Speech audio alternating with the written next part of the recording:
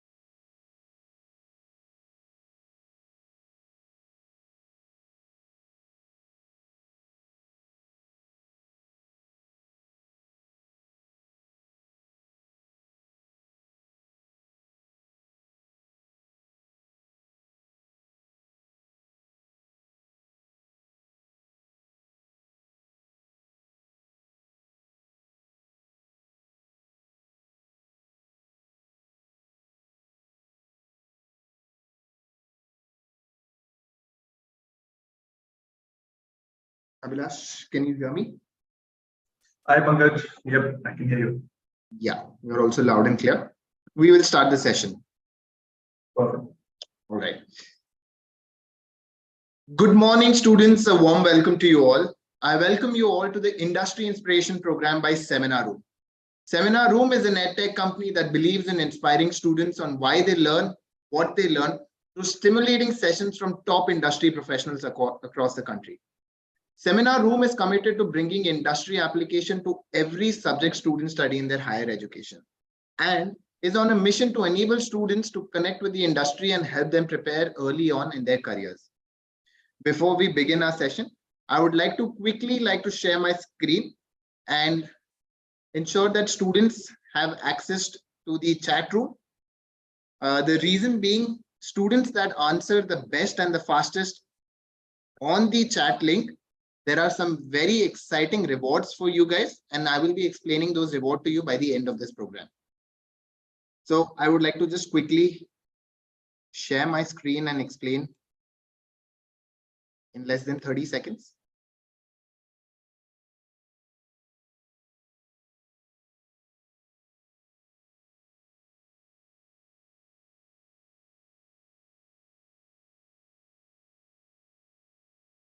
Students, you have to click on the Join Now button.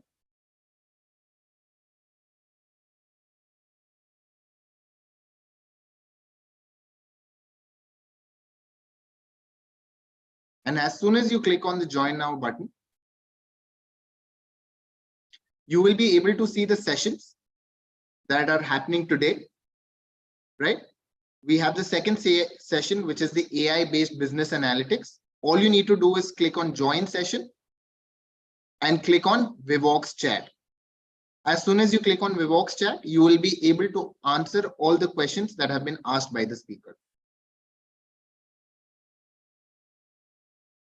Moving ahead, before we begin today's session, I'd like to quickly introduce our expert, Mr. Abhilash, who's there with us. Abhilash is the co-founder of Cosuma.ai, an AI startup disrupting the market intelligence space. He is an avid technologist and an innovator and has a keen eye for trying in advanced technology into impactful product. He has previously worked as both growth and product lead roles in various organizations and spends his leisure time volunteering for the community work. We are super excited to have you, Mr. Abhilash, and I'd like to hand over the stage to you now. Thanks, Pankaj. Thanks a lot for your kind words. Hi, everyone. Very good afternoon, good morning to all of you. I think I'll just start by sharing my screen and probably share the presentation before we get going. Pankaj, just nudge me when my screen is visible. Yes, Abhilash, fully visible. Awesome, awesome. So, hi, everyone. I think, Pankaj was very kind with his words, but a very quick intro is that I am actually the founder of Cosuma. Cosuma is an AI startup in this space. We work on disrupting the market intelligence and business intelligence space, right? And on my time, I've had to marry different objects of analytics, business, as well as technology, which I think becomes a core part of anyone going in the future, right? AI is not just something that engineers need to worry about, but business people and management brands as well. It plays a very important role. So let me quickly jump to the problem statement.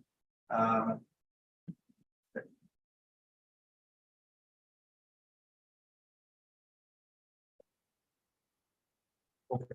So I think most of you are used to very, short and sweet problem statements. Right? A lot of times it's very simple. How do we solve, bottom line in so-and-so industry with so-and-so context? But the real world problem statements are a little larger. Let me see here. We have almost a paragraph where without the necessary context, you can't understand all the aspects and assets of a problem. So in this problem statement, I'll just read out the verbatim before I give you guys more depth. In today's data-driven world, businesses are recognizing the growing importance of understanding data to gain insights into their services, customers, and markets. I think my screen is visible from it.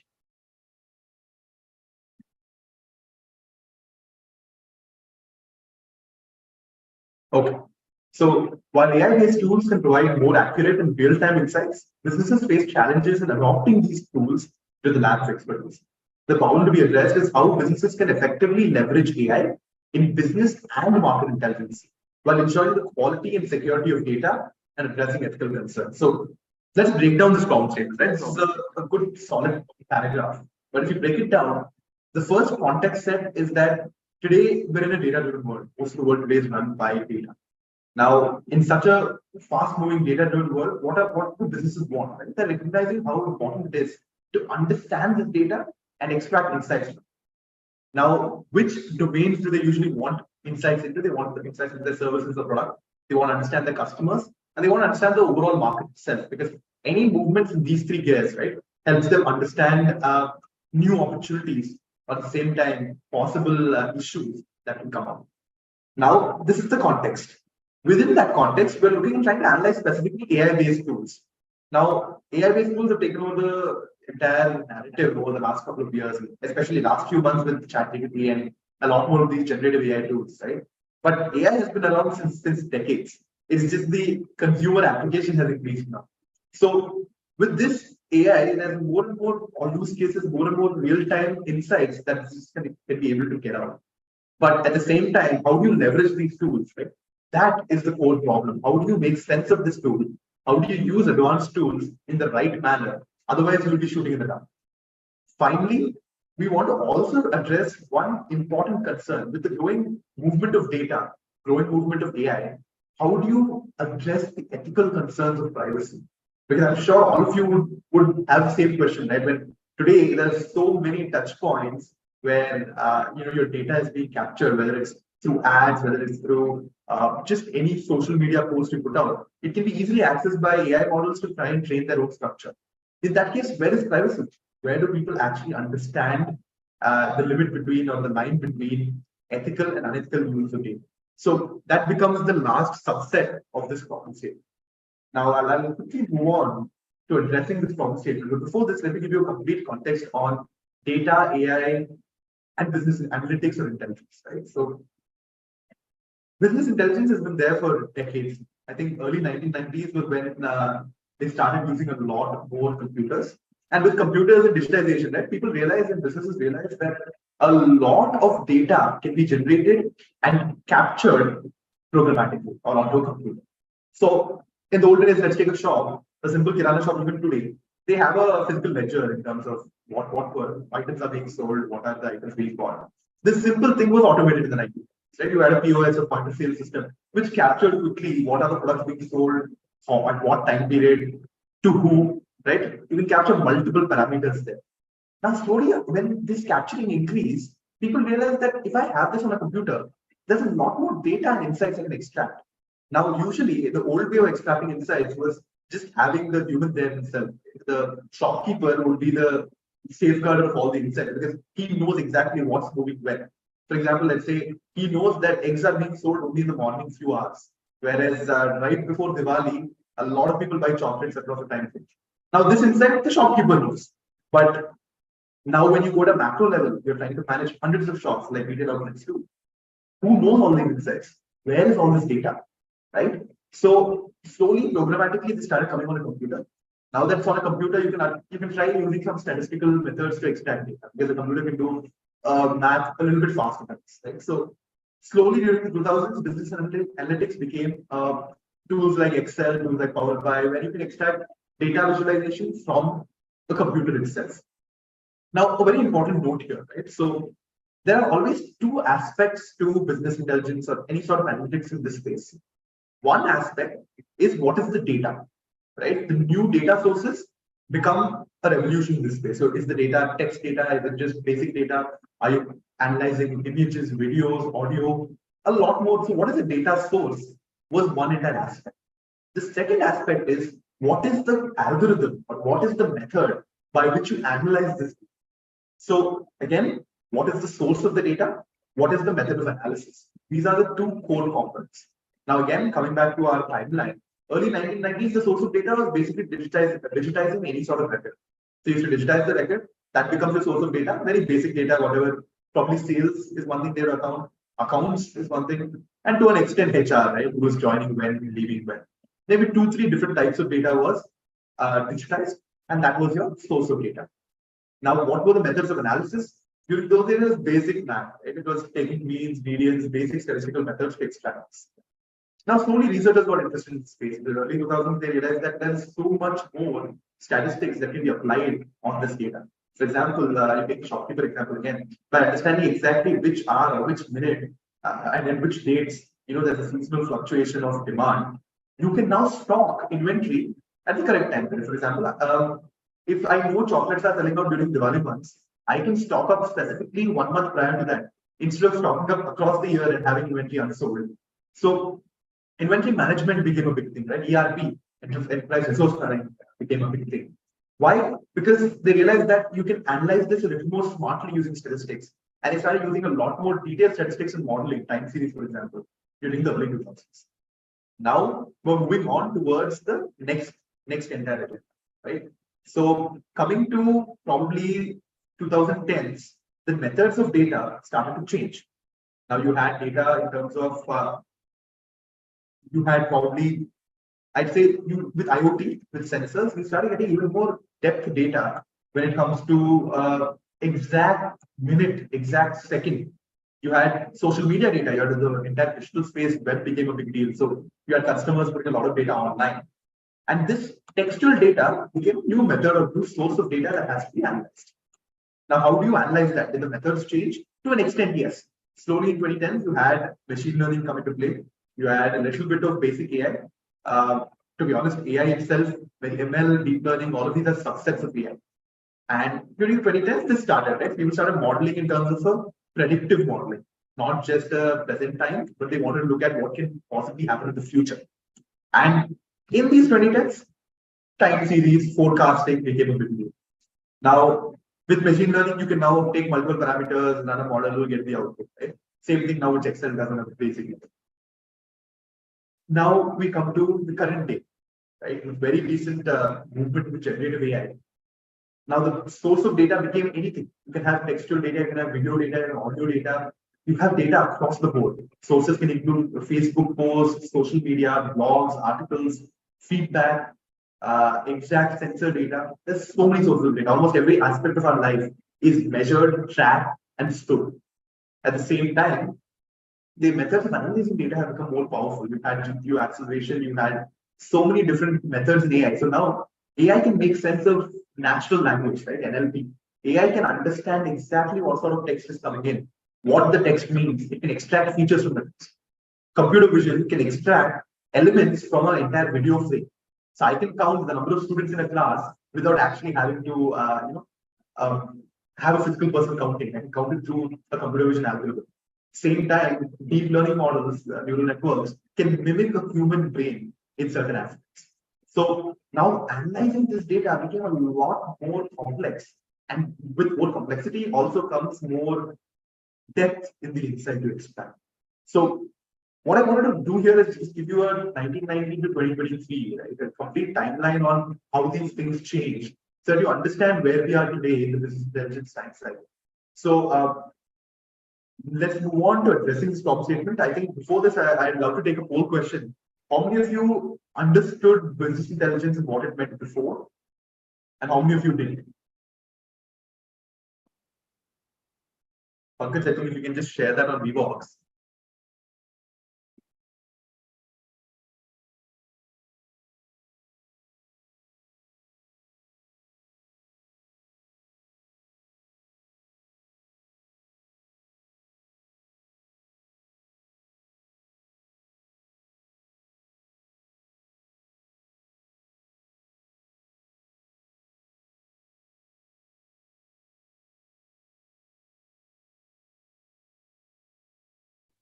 Right. So what I want you guys to answer is whether you understood what business intelligence was while coming in, and as of now, do you get it completely, right? Because that's very important before we move on to the actual problem statement. This is the basis for most of our discussion today.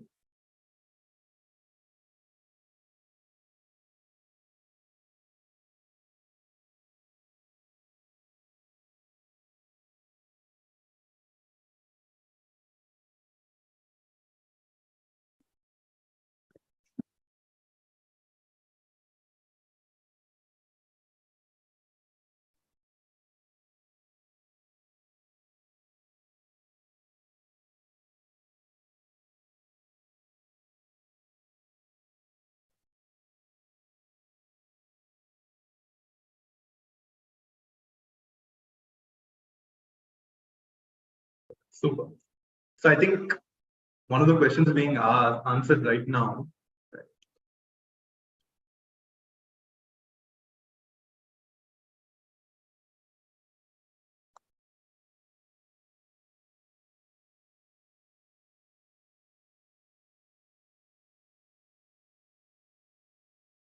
Okay. So first question is, do you think India is active digitally? 99.1415% of you guys think India is, which is, I'll give another few seconds just to see how many of you answer this.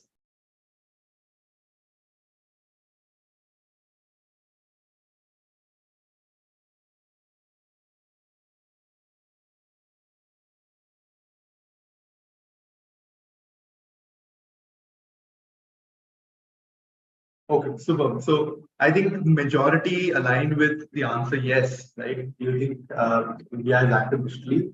I think most of you agree that India is active digitally. I think if you go around India, right, you notice the amount of data being generated just on your Facebooks, on your Instagram, on all these platforms. It is immense, and there are so many people conversing about different topics. Every trend in India is about something new, and we're such a diverse country. We get so much data from it, which again, how do you make sense of it? Right? This becomes one more addition in that data bucket. With 5G, with digital India, you have so much of internet access being available to almost everyone in the country, which makes it wonderful for getting their inputs to, getting their understanding. So let's now move on to addressing the problem statement. I think most of you have a good grasp on what we're doing. So let's start with why business intelligence. Right? So why do businesses need insights in the first place? Let's think about it. Let's come back to our original example of the shopkeeper, Kirana store he's running. Now, as a shopkeeper, what do I care about? I care about my bottom line. I care about what are my costs. I care about my top line. What are my revenue? And then the middle game there, middle ground there, what I take home. So as a shopkeeper, I need to try my best to reduce my costs and increase my revenue. For me to do that, general methods, I think for 2 minutes, what are the different ways I can do it? One, I increase the amount of variety or offerings I have to make it more attractive to customers. So one goal is getting more customers to the store, so more foot traffic. Second goal is to get get a higher average order value, right? When somebody comes in, instead of buying just one milk packet, if I can somehow convince them to buy two, my average value per person increases. So this is what I can do on the revenue side. What can I do on the cost side? I can optimize my inventory. I can optimize what I keep. So I buy only products that I can sell. I make sure that I don't buy lost inventory that can perish. Like the perishables need to be something that I have only for a time period. For example, like if I buy mangoes in a non-mango season, and in 1 week my mangoes are going to get ruined, then nobody has a demand for mangoes. That's wasted money for me, because after 1 week the inventory itself has depleted. Right, I can't use it anymore. So in such a space, if you notice, there's so many ways that a shopkeeper can either optimize his cost or increase his revenue. But his basic he knows. The remaining he needs to try and get insights from outside. Because if you notice, he's not the only shopkeeper there, right? As a shopkeeper, you have different competitors, you have different people around you, you have your consumers itself changing preferences. The world is always rotating, you have always something new happening. How do you keep track of it? How do you immediately get these insights or get this data that you can try and change things? That is why the entire field of business intelligence is coming from low level, going from micro level shopkeepers to the biggest corporations in the world. People want intelligence, they want insights on both their top line and their bottom. So I'll give you examples right here. Businesses want to know, if I take the retail example itself, businesses and shopkeepers and people want to know what products will work well in this area. In the area I'm in, which products should I have to stock? And how much, what should be the size of the unit? What colors or what offers will really engage my customer? I need to understand what are the different ways I can try and get maximum order value and maximum number of footfall in the shop. That includes my marketing side, sales, all this. Procurement becomes the cost side. What do I procure smartly just a week before it actually demand rises for it? Can I make a demand-based inventory system? Now, all of these are aspects of business intelligence. All of these are aspects of crunching some data, understanding what insights you can get from it, and applying it to a business problem. So I define my problem as I want to get more footfall. I figure out where to look for it. So I might look at location data, I might look at traffic density. And I try to marry that with my business context to see that how can I get more footfall? Do I need to change my location? Do I need to change the branding? Should I buy a neon storefront? So different ways you can do that. And that itself is a field of business intelligence. It's about how can you make intelligent decisions. Intelligent here means data-driven decisions in your business context. So that is why business intelligence is very important. I think over years, you can see so many businesses become smarter and smarter, right? The same ad that comes on your TV today has been modified and modified and modified from 20 years back. Each one of them is different. You can see the companies changing logos, you can see companies changing branding, visuals. Air India recently is announcing a branding change. All of these are business intelligence driven ideas, driven decisions.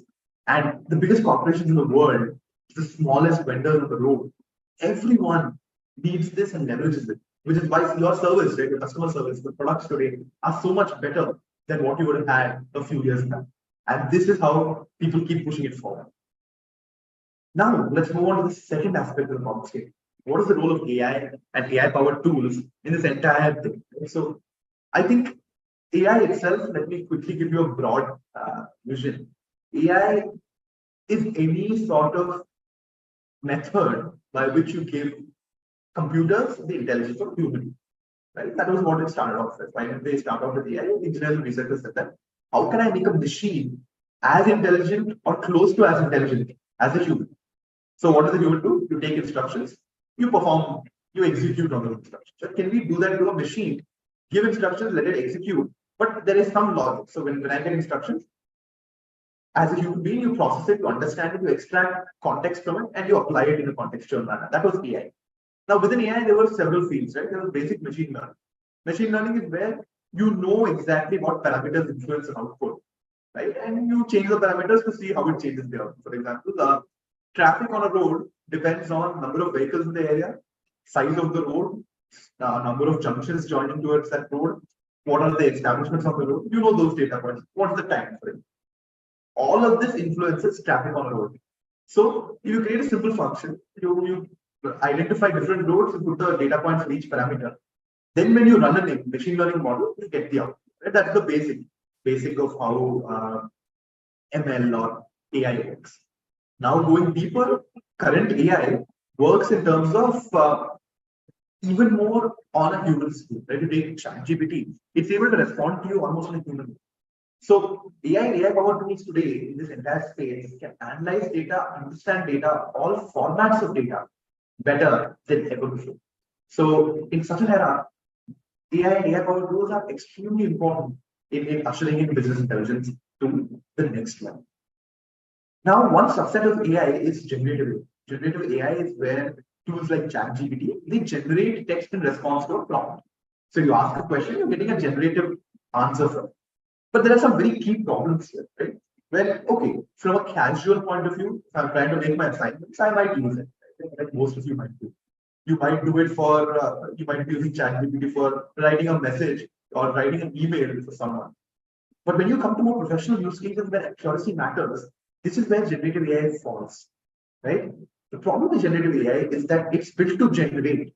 That means, imagine I told you as students that all your job is to answer me something that sounds plausible. I don't care if your answer is correct. I only care that your answer sounds correct. Right? So I'm saying if I ask you a question, what is the capital of Chandigarh? And you confidently tell me the capital city of Chandigarh is in Chandigarh, it is Chennai. Now, if you can confidently assert that, right? That's all generative AI tools do as of this moment. On its own, they have been taught to generate. So they can answer questions with extreme confidence with amazing language. But the accuracy of those statements come under scam because here accuracy doesn't matter. What matters is that they're able to answer a question coherently. So this is the biggest problem that comes when you're applying generative AI to business applications. For consumer applications, okay. For text applications, absolutely, right? Marketing, great. But when it comes to specific data-driven problem statements, how do I increase my top line? It can do an amazing job at ideating, but it cannot do an amazing job at getting accurate, factual data points to drive your insights. So that is the biggest problem with generative AI. It's to identify accuracy. It's to be able to get it the right context to let it give you a right answer. So ChatGPT and a lot of these tools, you can notice, they don't work extremely well in business contexts. There are many ways that tools like Consumer, which we built it at Consumer, these tools try to give a better, more accurate, business-oriented insights generation or strategy generation compared to ChatGPT and more of the lower level tools.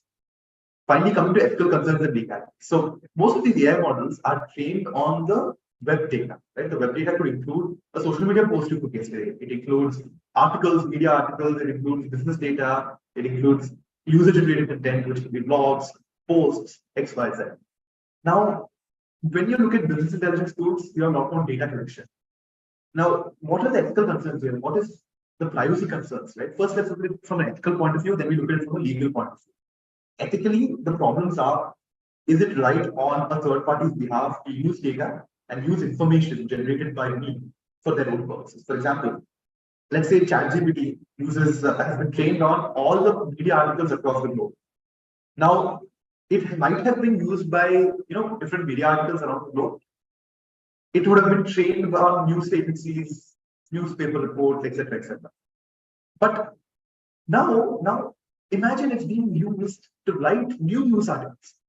It's using the intellectual property or it's using the knowledge work of editors to go and replace editors themselves. That is the biggest ethical concern. It's using AI can learn from things that you spent your time and effort building to go ahead and replace you within seconds. So that is one of the major ethical concerns. Another ethical concern is You're using my data without my permission, right? What about the privacy there? Am I using some of my confidential information in this manner, right? This becomes a major ethical concern in this case. Now, coming to the legal concerns, there are some specific legalities. Globally, there is a law called the GDPR, right? The GDPR is a law that is about the data protection and privacy across, it's usually in the European countries. Now, in India, they're coming up with a law on the same lines of GDPR to try and protect Indian consumers from their data privacy as well. So, in both of these laws, the core is that you cannot use someone's information without, you can't use someone's personally identifiable information without their permission. For example, it's all right for me to say that, so let's say Ramesh has said that I want chocolate, which is more sweet. It's okay for me to use that the chocolate is more sweet here, but I cannot say specifically that Ramesh is the one who wants chocolate to be sweet. So that becomes the ethical concern or legal concern here in terms of this entire space. So this is the problem statement addressed. I think most of you got an idea of what exactly we're having here. Now let's quickly move on to the next poll. I'll just open this. Students, do you think tier 2 and tier 3 cities are generating data too? Right? Are they also generating data? I can understand, you can understand that a lot of students, a lot of data is being generated in tier 1, which are your metro cities, your Bangalore, your Mumbai, your Mysore. What about tier 2? When you go in one level lower, what happens then, right? So tier 2 space is the issue here. What happens in the tier 2 and tier 3 cities? Because see, today, retail outlets, for example, are trying to expand to tier 2 cities. People want to set up shop in Hooghly, Dharwad. People want to, that's the next digital shift of India. So it's imperative for brands and people to understand, what is the next shift.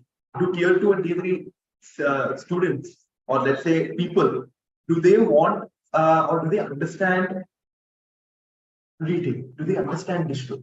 So it's very important for us to first figure out, are they online? If they are generating data online, how do we use it? These are the two important aspects.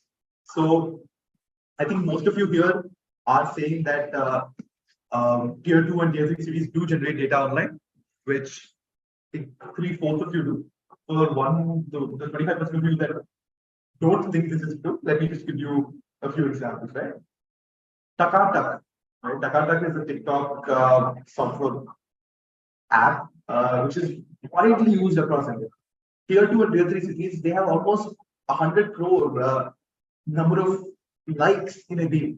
They have 10 crore daily active users on these platforms. 10 crore is 10% of the entire population of India is sitting on that. There are apps like Takata, which in tier 3 cities and tier 2 cities, it's crazy the amount of digital penetration you have. They might not be on the same platforms as tier 1 people, right? They may not be on the same platforms as metro cities, but they have their own platforms where they're extremely active. Localized, regionalized platforms are where they're on. So that is, so the answer to this question is that yes, absolutely. You have a majority of the people in tier 2 and tier 3 cities are also digitally online. You go to slums, people have TV sets and phones as well. These people are contributing to the digital footprint of the country.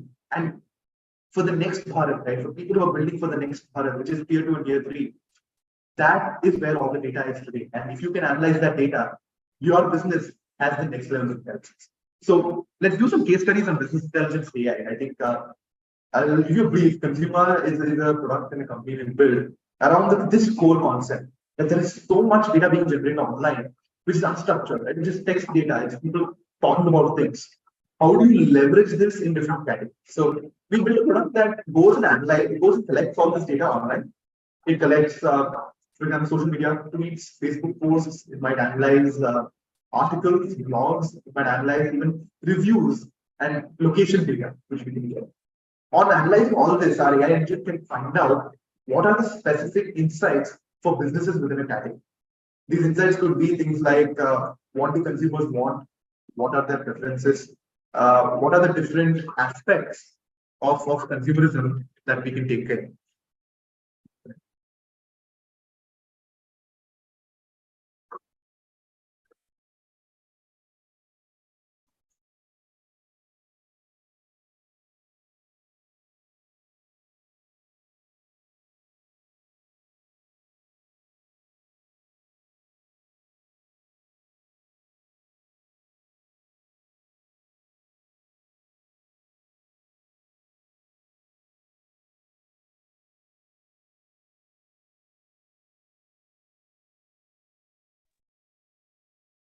Yeah. So Consumer is a product we built to try and get insights, get these hidden insights on all the data that's online. So I think for the case studies, I think we have a bunch of different different categories we can do it on. So I would love to open this up to you. I've opened up a poll on Vbox. Please check it out and tell me which case study do you want me to run as of today. So immediately, probably I'll give this 30 seconds and we'll run that case study immediately.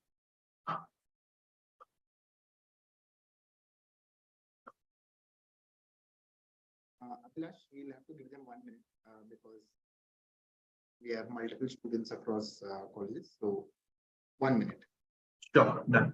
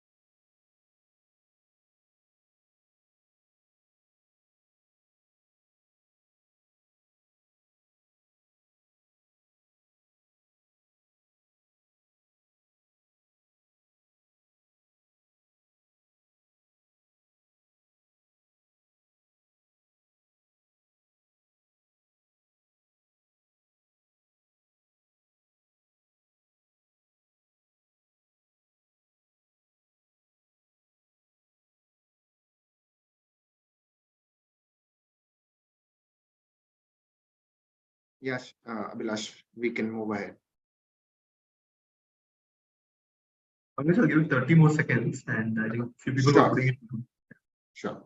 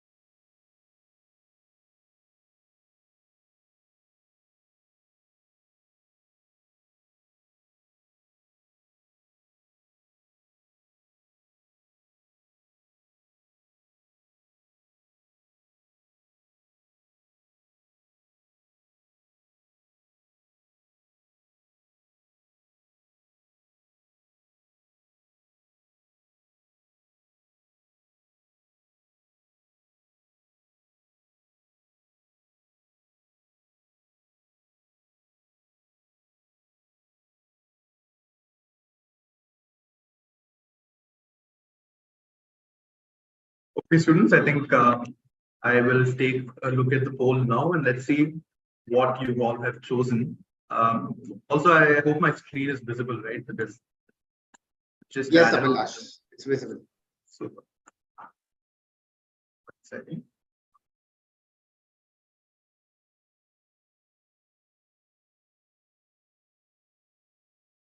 Okay, looks like overwhelming majority of you want to look at payment apps, right? So let's quickly look at payment apps, and if you have time, we can look at some of the cafes as well. And face wash is the net third. So I'll quickly show you a demo of what we could have done, right? So the way Consumer works is that for any category, it monitors all the digital conversations happening online. So let's say around face wash, it could be reviews around face wash products on Amazon. It could be media articles about face washes. It could be consumers themselves mentioning face wash brands or face washes in their social media posts across the globe. Now, let's have a look at what I think payment apps was the first one. So we look at what the entire insights are, right? So quickly, let's see. First insight is the consumer insight is that the app is user-friendly, efficient, and offers a variety of features such as personal finance, home finance, two-wheeler finance, utility payments, shopping access, and investment platforms. Consumers are generally satisfied with the app and appreciate its convenience and ease of use. So this app people are really happy with, and they specifically like personal finance, these 4 or 5 features that they put out. Now, from a business point of view, why is this important, right? As a business owner in this space, now I know that consumers want these features. So I quickly check whether my product has these features. If yes, is it working well?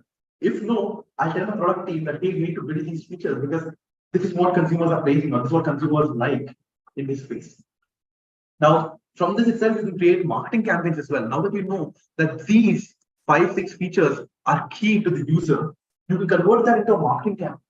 You can have your team, marketing team, the copy or the content you put out needs to be around this because you know consumers specifically like this. Now, if they didn't like this, it won't make sense to now mention XYZ, which is outside this, right? So that's why this is there. Now let's look at a negative insight. Consumer insight is that customers are dissatisfied with the customer service and support provided by Ola Money. They don't like the customer service, the support provided by Ola Money. They've experienced issues with the app, such as not being able to transfer the money, not being able to get refunds, and not being able to contact the customer service. Now, these are 3 key aspects of the app itself that they're not able to do. Customers have also experienced server issues and have been asked to take screenshots of their issues, which the app does not allow. Now, imagine you put yourself in those shoes, and if you might have been. The customer support says, I need to see a screenshot to ensure that you're right about the server issue. But the app doesn't allow screenshots at all. This is like helplessness. You're jumping behind between 2 walls, which is a major issue. Now, they've suggested that Ola Money should provide better customer service and support in order to retain customers. Now, I'll give you how this can be leveraged by business. As a business person, if I was the manager of Ola Money, I know exactly what I would fix here. I see it's a major issue. 614 different conversations with people have mentioned this in the last 1 week. I need to fix myself here. I need to first figure out, I'll suggest my engineering or my product management team and say, guys, this is a big issue. How do we solve this? Then I sit with my customer support team and figure out how can I make sure I don't ask for things that the product does not allow. Then I figure out my strategy level. As a manager, what do I do? Do I add a 24/7 toll-free number? Do I add a screenshot facility so that people are able to screenshot and show me issue? That's what I'll do as Ola Money.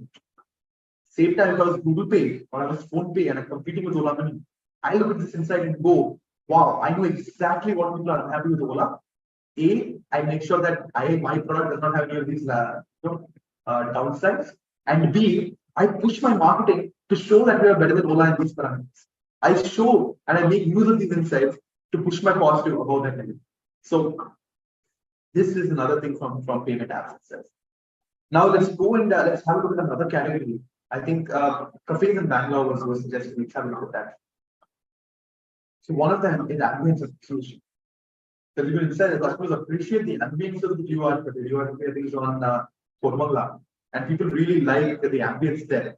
They place specifically the tropical garden, peaceful atmosphere, and the open space. With cozy vibes, aesthetic ambience, and authentic location. So all of these different specific keywords, right, will be very useful to me as a business person. I know exactly that people want an open air space, right? If you're making a cafe. So as a cafe owner, I would try my best to get an open air there. So if I was, let's say, third wave, and I really want to make a cafe in this same vein as you are, my aim would be to have some sort of open space for my customers to be able to speak about. It could be a backyard garden, it could be a front office, open seating. That seems to be a very important part of the ambience. Next is on food quality.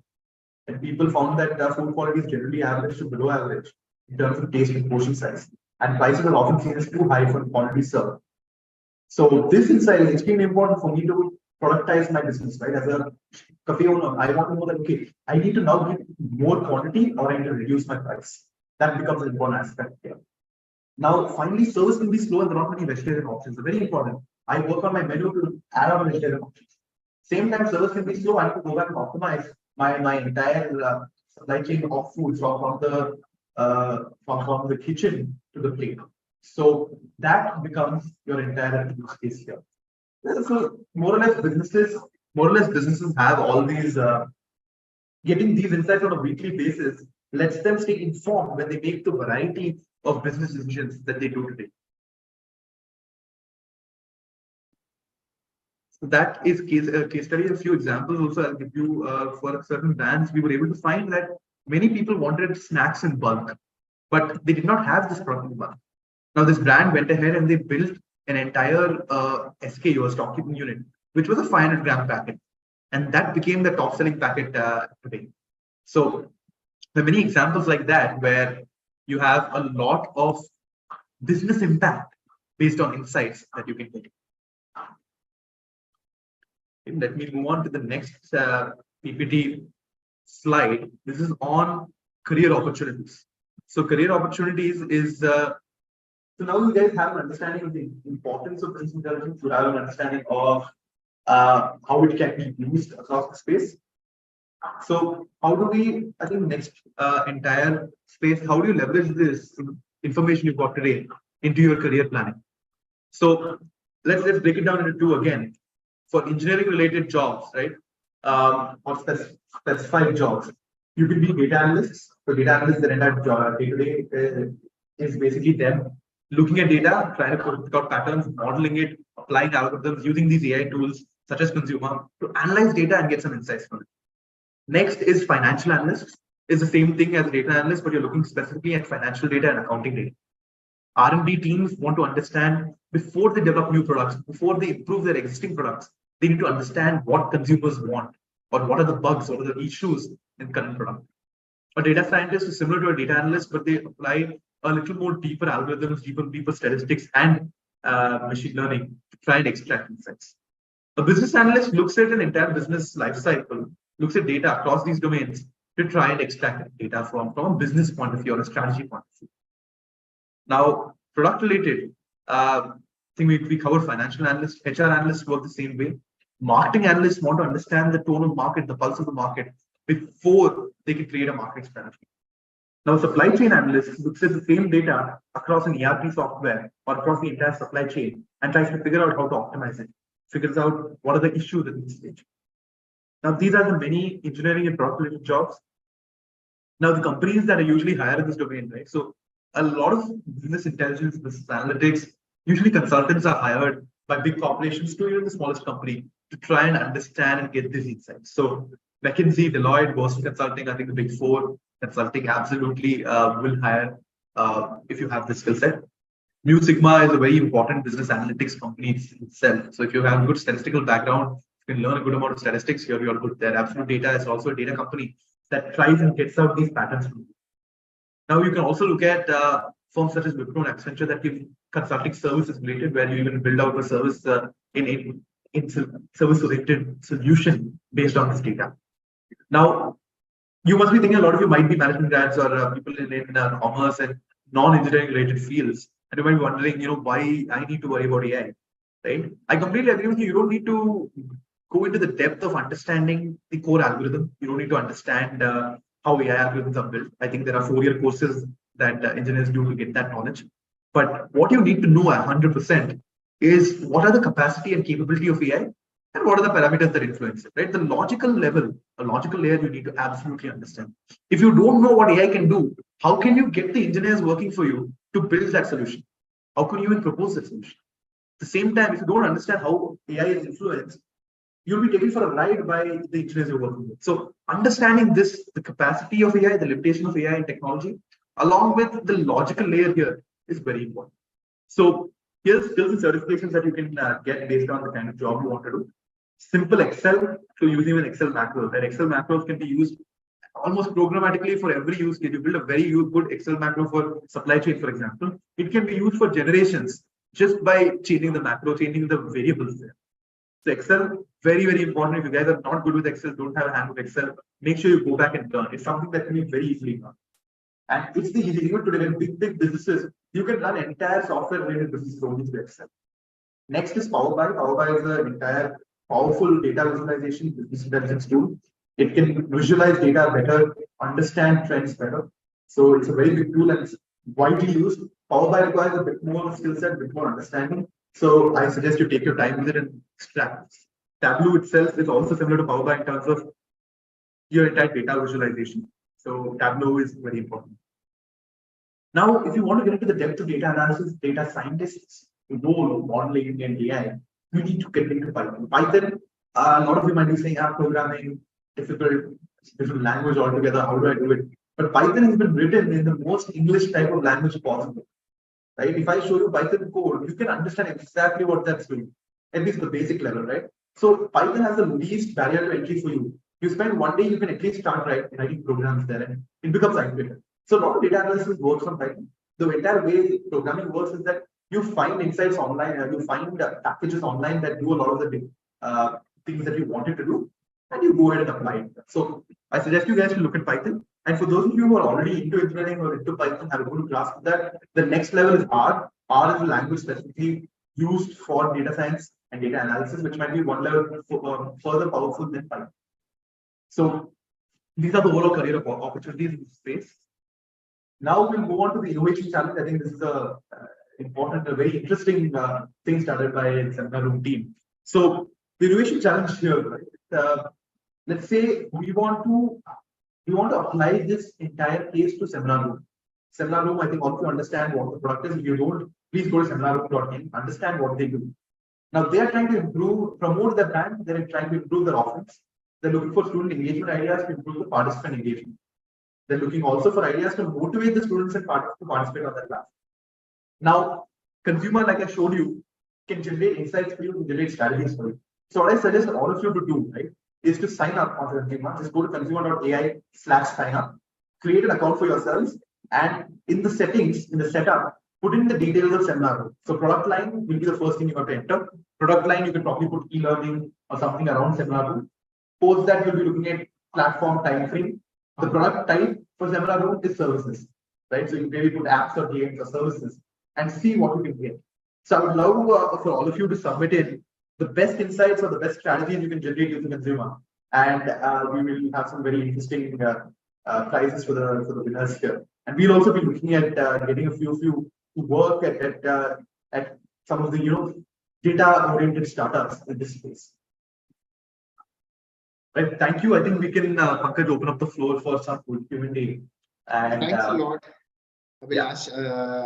I mean, thanks for showing us that you created a platform where a lot of us being from the commerce background don't need to get into early level of coding, and the kind of insights that you had showed that, if somebody wants to open a cafe in Bangalore, what are the key insights, or what are the projection points for some of the best restaurants? Why were they best? And getting those points or sets of information can be very, very important for anybody from various streams of life. So coming to the first question, you had mentioned that we have Excel, we have Power BI, and we have programming language, right? And you did explain that Python being like a very simple software as compared to an R programming or a Power BI.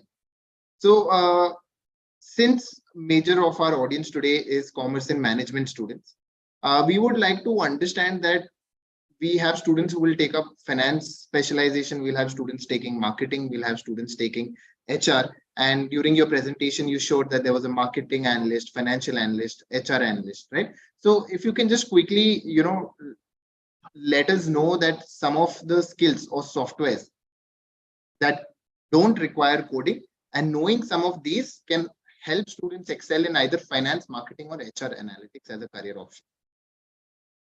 Okay. I think that's a good question, right? So without coding, what can we get to? I think start off with Excel, right? Most quantitative data, most of the quantitative numbers-based data, you can do a lot of it with Excel. And Excel has no coding. Excel max you have to do with it, equations, right? Formula, which if you learn the syntax is actually given to you right then and there. Google up Excel syntax, take a course on macros, you'll learn it in a day. I'm telling you, right? It shouldn't take you more than a day to understand this. Once you understand it, it's all on action. Take up some projects, take some data sets, try to analyze it, try to extract data from it. Interestingly, publicly, there are so many data sets, but if you want, there is this website called Kaggle.com, where you can find very interesting data sets for every problem on Earth, right? You'll have data sets of number of trees in Bangalore, you'll have data sets on the water quality in different locations. You'll have various data sets like that. I'd suggest take up some data sets, figure out a problem statement that somebody looking at the data set would have, right? For example, if I'm looking at the amount of traffic in Bangalore, right? And I'm having a data set on that. Me as a business analyst or a data scientist, what is my problem statement there? And to figure out how does traffic vary with time, or how does traffic, when is the least traffic present in Bangalore? In my route, that's what I want. So figure out a problem statement based on the data set you choose and try to solve it just using Excel. I think that's a beautiful exercise for you to actually see the fruits of your work. So Excel is one, Power BI, absolutely. If you can get Excel really well, right? Let's move on to Power BI and get a little more powerful visualization, powerful application. So these are the two software that we discussed. Perfect. I'm sure you would have also heard that, there has been a massive scare of AI replacing jobs. And also, you did speak about the ethical concerns and the misuse of AI. So, I mean, if you can just give a perspective for cognizant management students that probably AI is not here to replace, but, what are your views on this? And we'd like to just. Okay, so here comes the interesting dilemma, right? So AI can definitely do a lot of our jobs almost as good, if not better, than what we're doing in terms of generative or public facing. Right? So if you give AI the right context, so I'll give you a small example. A marketing manager or a marketer, digital marketer. As a digital marketer, I need to figure out what is my creative or what should be the content that goes out in the market. Or very simple, I want to understand what sort of marketing campaign can I do? What should be the tagline? Now, as a marketer, you spend a lot of time thinking and figuring out what do I do, and then you put it on paper. But today there are AI tools such as Copy.ai, actually, you can go check out, that immediately give you just give it a keyword, it'll give you the exact taglines, different ideas for campaigns. Consumer itself can create a marketing campaign for you, just based on data on the ground. But while it can do some aspects of the job better than what you can do because it's doing it faster, it still does not have the right context or required context to do your job as well as you do. So here, what is important is that the mindset you need to go into while looking at AI is AI as an enabler. What can AI help you do less so that you can go ahead and do something more? So, for example, as a marketer, I don't look at it, oh no, I am losing my job to AI. Instead, I look at today, I have AI at my fingertips that can create 20 campaigns in 1 second instead of me making 20 campaigns in 20 days. Can I leverage that to apply some higher level strategy and run a better campaign out? So AI might replace some aspects of your job, but as long as you are the one who's calling the shots, like you're adding something beyond than just basic generative nature of AI. So as long as you're adding more context, more information, more accuracy from your end, you're just using AI as a tool, not as a job replacement. But here is where you have to be very careful. You need to make sure that whatever you're doing, right, both before getting into a job and even after getting into a job, you need to ensure that you're adding some value beyond something which can be automated. Because tomorrow, if I'm a businessman, I'm only looking at my bottom line, and the easiest way to reduce my bottom line is to replace a lot of stagnant tasks with AI. But you need to make sure that you're adding value and using AI as a tool to upskill them. So your job will never be in question when you are the one who's using AI. So that would be my suggestion to most of you. Find a way to use AI as an enabler rather than looking at it as a complete replacement. I think that is a fantastic answer. AI is removing redundant jobs that was more led to data entry and pushing people to become more efficient rather than saying that people are losing jobs. I think that's a very good take on will AI replace jobs. Thank you, Abhilash. That brings us to the end of today's session. It was an absolute delight to have you on board and orient students about business analytics and in specific business intelligence. It was an extremely engaging and interactive sessions for all our students, and I'm sure they have learned a lot from you. So thanks a lot, Abhilash. For the students that are listening to us live, we did take the demo of how you should fill in the feedback form, and Abhilash had taken you through the innovation challenge. So within the same tab, you will see a new icon called Innovation Challenge. Students, you have 1 week time to submit your submissions, and the students with the best ideas and the best picks get interesting incentives such as internships for up to 3 months in these specific companies. So all you got to do is click on the Innovation Challenge, spend some time, use the AI-based tools, use Cosuma.ai, Based on that research, come up with a solution, submit your solution, and you might have a chance to win an internship with us. Thank you once again, Abhilash. I would like to thank you on behalf of the management staff and students. And I would also like to thank you for being a great expert on our platform. Thank you, students, for joining today's session. And please note, it's compulsory for you to fill both the feedback form and the innovation challenge, because only after filling both these forms, certificates would be enabled on your specific platforms. Thank you once again, and we will see you next Friday. Thanks, Abhilash, once again. Hope to see you soon. Thanks for this. Nice guys.